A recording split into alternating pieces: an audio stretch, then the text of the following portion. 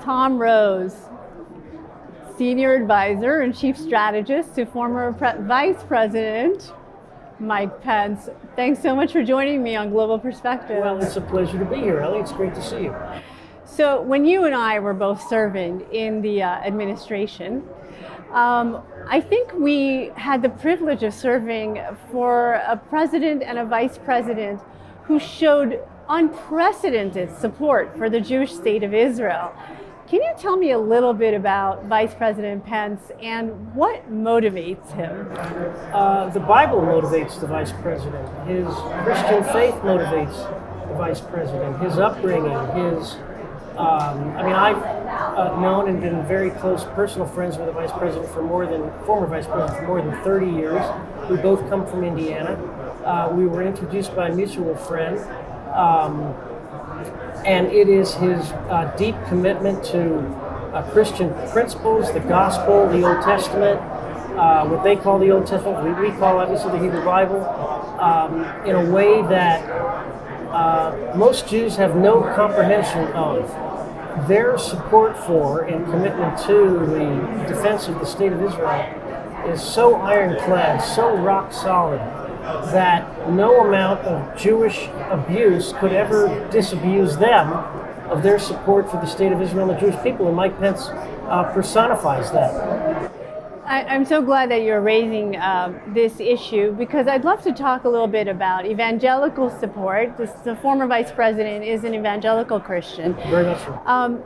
What they tell me, a lot of my guests on Global Perspectives from the evangelical community, is that they believe the biblical notion that if you bless Israel, you will be blessed, and if you curse Israel, you will be cursed. Here you and I are two Jews speaking to each other. Now, many people in the Jewish world have this kind of concern that perhaps the support that evangelicals have for Israel comes from some sort of end days notion. What do you know about this, and how accurate do you think the Jewish concern is? Well, I've got an answer to that, which I always posit to my Jewish friends who hit me with that.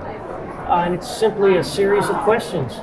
Do you believe in Christian theology? Do you believe in the end times? Do you believe Jesus will return and require protestations of faith? And I'm laughed at in the face, of course not. To which my answer is, then what do you care what their end game theology is? These are the best possible friends to have, because their faith tells them that no matter how obnoxious or awful we as Jews might be to them, they will support us come hell or high water, no matter what we say or do. Ellie, I can't think of a better prescription for a friend than that. I couldn't agree with you more. And like I said, I've had a number of leaders in the Christian world on this show. I've also had the privilege of traveling with members of the evangelical faith community to places like Guatemala and to Brazil recently, and all of those trips were really done on behalf of the Jewish state of Israel. These are evangelical leaders who are advocating with heads of state that these heads of state should support Israel more and more. And so I've seen this with my own eyes, but I know that there is, again, this hesitation in the Jewish community to accept the love, and it's really love what I've experienced. And so, again, to speak a little bit about former Vice President Pence, you think that his support for Israel stems from this very personal... The religious support, the theological support, from a political perspective, from a national security perspective, from a democratic governance perspective, from an advocate of Western civilization. I mean, there on so many levels, the support for Israel is profound and deep and earned. This is not something that Israel isn't entitled to. Israel has earned it through her actions, through her deeds, through her commitment to tolerance, pluralism, all the values that you and I adhere to and uphold. But it's buttressed by an emphatic and unshakable biblical commitment to what Christians would call the Abrahamic covenant. And since you've known the former vice president for so many years, what do you think is something that would be of interest for our audience to know about him that maybe is not widely known? Well, he's perhaps my closest personal friend. The thing that I give him the hardest time about incessantly is his absolutely phenomenal sense of humor, his self-deprecating witticisms that he doesn't share enough. People don't see that. I mean, granted, the past 4 years, 5 years, was a somewhat different situation because obviously he was, our role was to implement and support the positions and policies of the president. And you never want to outshine the president, not that anyone could outshine our former president. But that's what I give him the most difficult time about. I wish the American people could see more of the lighter side of Mike Pence. He's incredibly funny. He's very witty. He's a remarkable mimic, which people don't know. You better watch it if he does your show. He'll be mimicking you. He's a remarkable mimic. I mean, he's just very talented. He's a very talented person. And is it true that he got his start in politics with a radio show? It is very true indeed. Yes, indeed. It was called, you'll never guess this, it was called The Mike Pence Show. That's what it was called. He had a show on he created a statewide network. I think he had 15 or 16 affiliates statewide. This is in the early 90s that he then parlayed into a subsequent run for Congress in 2000, and that was, he spent 6 terms there and was elected governor of the great state of Indiana in 2012, and the rest, as we know, is history. So speaking of radio, I understand that since you left government, you have a radio show of your own. Well, I'm back doing some radio. I had a show on Sirius XM, the satellite radio company, for about 9 years before your favorite president was elected and my favorite vice president was elected. And I'm just doing a bunch of fill-in work for Sirius XM now, which I love. I enjoy it. So if our audience wants to catch your show, when? Well, I'm a guest host. I sit in for everyone from Hannah D. Levin to Andrew Wilkow to David Webb, anyone that would be on the Sirius Patriot channel. So what do you think are the most engaging conversations for the American people today? Well, I think we have, I don't want to spill any secrets here, but I think we have something that's developing which will merge a global challenge with our far more profound domestic challenge. For the past 30 years, there has been a bipartisan conceit, if you will, that by liberalizing our trade policies, by opening our markets up to China, that we could help China become a more Western-oriented country. This was a bipartisan conceit, as I said, Republicans just as surely as Democrats. And I think, Ellie, what we're discovering is something very shocking, very dangerous, and very unsettling. China's not becoming more like us. We're becoming more like China. State control of capitalism, massive regulations, massive state propaganda, big tech, dystopian Big Brother, cancel culture, political persecution of dissent. These are things that the Communist Party of China's been working on perfecting for 70 years, and unfortunately, I think if you look at the landscape, we're becoming more like them than they're becoming more like us, and that, I think, is the great danger to our liberties and our freedoms. Tom, I'm so glad that you decided to raise the Chinese Communist Party.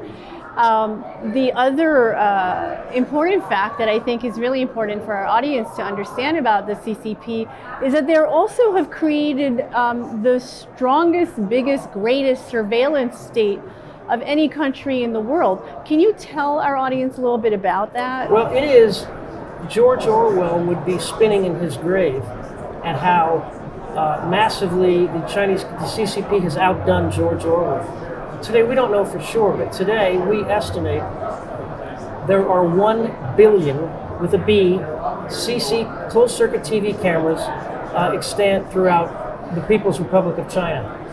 What they've done is to marry this unconscionable amount of data with super advanced artificial intelligence to create these monstrously huge databases where in almost real time, any Chinese authority with access to this information can find or identify any citizen in real time at any point, anywhere in the country. In the 19th, 20th centuries, we learned that, commodities would be the item that we fought over. But today it's data, and the Chinese are able to scoop it up in such a way, and they're making such incredible progress with artificial intelligence, quantum computing. It's a real challenge and a real danger to all of us. And as well, their social credit system, which you were saying earlier that you think that we here in the United States and in the free world, we are becoming more like them. I see that I see the parallels the strongest in terms of their social credit system and the cancel culture here in the United States. Tell me what you think about that. Well, they have. What they've done is they've been able to aggregate all their private companies. There's really no such thing as a private company in China.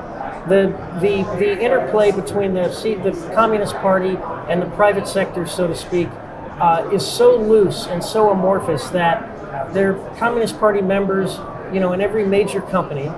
And the recent national security law that the People's Congress passed, I think it was in 2017, made it a crime for any private sector company not to cooperate with the party or the state when asked to do so. And that's created an opportunity for the Chinese to develop what you mentioned, the social credit system. It's much, much more than what you and I would envision to be, our FICO score number.